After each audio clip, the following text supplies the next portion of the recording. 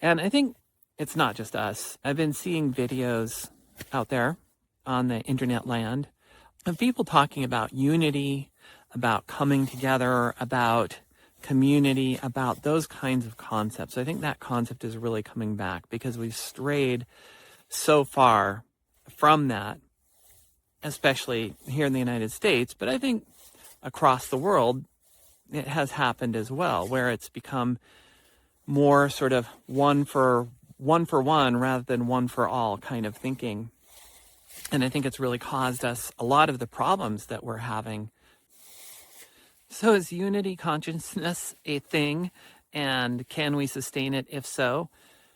I was talking to a daughter today, my daughter, and we were having a conversation about just this idea of people coming together, like how we're both so tired of this one-for-all system that we all find ourselves in the midst of, where it's all, me, my profit, my gain, my power, my blah, blah, blah. And I think it's not just us. I've been seeing videos out there on the internet land of people talking about unity, about coming together, about community, about those kinds of concepts. I think that concept is really coming back because we've strayed so far from that, especially here in the United States, but I think across the world it has happened as well, where it's become more sort of one for one rather than one for all kind of thinking. And I think it's really caused us a lot of the problems that we're having. I'm trying to get light so that it's not quite so shadowed on my face, so you can actually almost see my eyes, although I'm squinting. Maybe I should just put my glasses on. Anyway, that's the cost of like recording outside. The benefit is that it's not too bad. The mountains look like they're pretty distant, but with your eyes, they don't look quite so distant. They look bigger. But anyway, so I want to talk about this and how, if we are going to unify, if we are going to move towards collectively a better system for coming together and doing more and being better humans, being there for one another more, I think there's something that people aren't thinking about. So like when I watch videos that talk about this idea of unity consciousness, it sounds like a really nice idea, but it sometimes sounds a little bit, in a way, like ungrounded, in the sense that in order for any human behavior to be like maintained by a larger group of people over time, you have to have like incentives, you have to have systems to help maintain that. You can't just say, well, everybody should be more enlightened, everybody should be more into this unity thing, when everybody, quote, is part of a system that disincentivizes those things. So what I'm saying is you can't ignore the system that we exist in when you're thinking about this idea of change. And I think one of the problems in the whole personal development movement, which has become much more popular over the years, even since I started doing work in it, is that it's always focused on the individual, almost always focused on the individual. And the individual is an important component. Like, we can't create a better world if we don't create more functional people. But a thing that I've been working with a lot recently is the feedback loop between the systems that we exist in as people and the people that exist in the systems and create the systems. And it's like a feedback loop. I'll show you this infinity loop diagram that I've made about this another time. But it's so important to understand that we can do all this personal development, but if we can't feed ourselves or find shelter and housing readily or whatever, it's going to be pretty hard to go out and act like a conscious person when we're desperate. Bad, desperate things create desperate people, which aren't going to act with as much consciousness as people who are feeling like they're more healthy, they're more mentally well, and able to contribute more to other people and contribute more to society. And so I think this has been a missing piece, and this is the missing piece that I hear when I see videos like, let's come together. This is unity. I'm excited. And I'm excited too about the concept, but how do we make that concept practical? So I just want to talk a little bit about, introduce this idea of systems. I could probably go on for this like for hours, but just to initially introduce the idea of systems. And I've been thinking in particular about our economic system, and I'll come back to that in a minute, and there are probably more videos on that later. But let's think about our transportation system, which mostly right now is individual automobiles here in the United States, in most places, unless you live in a big city that has a lot of public transport. It's individual automobiles moving around on roads that is very individual focused. It's very much like me as the individual. I get what I want. I get to go where I want, when I want, how I want, and who cares about anybody else. And so we have a set of traffic laws that try to enforce, appropriate behavior or appropriate limits of behavior. But if you look at behavior, the whole thing of road rage and people speeding and accidents and just traffic jams and all of the things, clearly the laws they're not really like promoting positive behavior.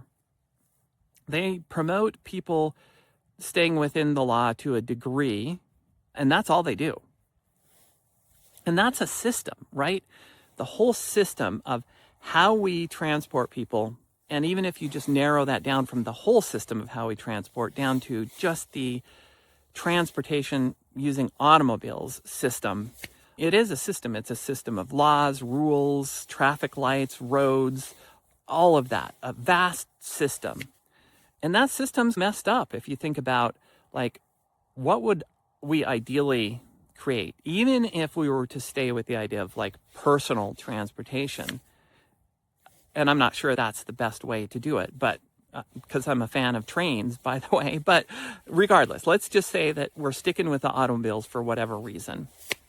In that world where we stick with automobiles, is there a way that we can create more incentives for people to be better behaved? Because they're not. The incentive to not flip someone off or not cut somebody off is basically the only incentive for that is like that you don't get honked at, or I guess these days, further acts of road rage, that you're not risking that.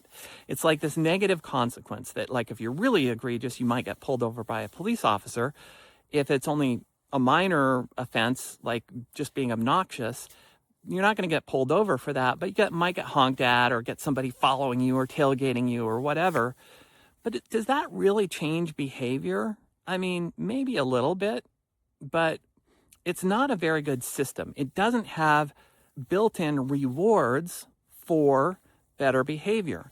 What if there was something like where everybody had on their dashboard a button that was like great driving, or really I appreciate this person, versus like maybe there's a negative button. I don't know about the negative button, but at least like a great driving button where somebody like, oh, they let me in to the gap, or they were very courteous to me, or they did something nice or whatever. And you hit that button and, according to their license plate, they get some kind of points. And at the end of the month, they get like a check in the mail. I understand there are problems with that system, but wouldn't that encourage like more better behavior on the roads?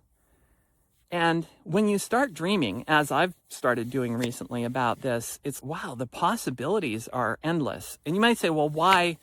It's impossible. We can't create a new system. And that's the one benefit of this very, difficult time where so many systems seem to be just being destroyed around us. And in my opinion, the economy is one of those that is in the act of being destroyed. We just don't see the really obvious signs yet. And I think for people paying attention, the signs are already there. But I think it will become more and more obvious that the economy, and possibly even the dollar itself, the US dollar, is really at risk of having some big issues, is how I'll say it. I don't want to create any panic, because I'm not saying it in a panicked sense. I just think that it's a system that has, for over a century now, since the Federal Reserve was created in the early 1900s, that it is a system that has had the wrong incentives. It has had those incentives of working really hard to get more for yourself and to compete against others to get money. And that has been the main incentive. So if we look at so many of the problems with society, you could actually trace a lot of that back to the incentives in the system. It's not all the system, it's also the individuals in the system that are also recreating that system. So I think we're at a point in time where it's like crucial. It's an opportunity, but it's also could be a problem, because if our economy and politics implodes and we have to rebuild some stuff, then the question is, what are we going to rebuild? And if we really want something like more unity or more, better, less loneliness and more interaction with other people and more support for other people and more kindness and more compassion in society, we have to build systems that incentivize that. And that includes economic systems, transportation systems, and all of those, while balanced with, again, personal freedom and personal sort of responsibility. Because, like, there are people I know who are like, oh, we should just be a Marxist. And I'm not trying to totally diss that, but I just don't, there's not enough personal incentive in that system as I understand it. Now, I have not studied it extensively, but from what I have studied in a pure like Marxist system, there just is not the personal freedom, the personal responsibility. And again, I like to picture it as an infinity loop flowing from the individual to the collective society and its systems back to the individual and to the collective. So we need a balance of both, of personal responsibility, personal freedom, because freedom and responsibility go hand in hand. Like if you really go into any advanced discussion of like consciousness or spirituality, you come to that realization that you can't have true freedom without responsibility. And responsibility without freedom is just called obligation, not responsibility. So we need that personal freedom and responsibility, and we need the collective systems that support better, incentivize better action with the freedom that we're given, that encourage us to be better citizens, better contributors. So I've been thinking a lot about a whole new economic system, what that would look like. And I'll make a whole other video or videos about that. I'll just give you a hint that imagine a system that incentivized things like people staying home to take care of their kids or take care of their elderly parents, and they actually got essentially credit for doing things like that. Or in the system of, one of the sort of quote volunteer duties that you have to do if you're a scientist or researcher is peer review. You have to show up and review other people's papers and grant proposals. And what if there were actual rewards for doing that, like true rewards for that? Not just, we just won't penalize you or we'll just make you feel bad if you're not contributing.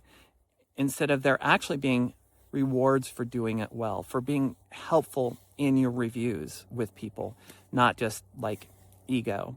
I mean, there's so many places in society where when you start to see it, you can't, like for me, I can't unsee it. This idea that, wow, like we need to build systems, new systems in place of these old ones that are crumbling, that really incentivize things in different ways. And that's how we could sustain unity consciousness. Like we could achieve individually this idea of like unity, we're together, we're in the collective, we're looking out for other people as much or more than we're looking out for ourselves. Yay, I'm conscious, I'm feeling great. But it's not sustainable if you're in a system that just won't support it over the long term, that incentivizes you being some other way. Maybe individuals can ignore the system and say, I'm going to be that way anyway, but it's really hard. It's really hard to do, to go against a system.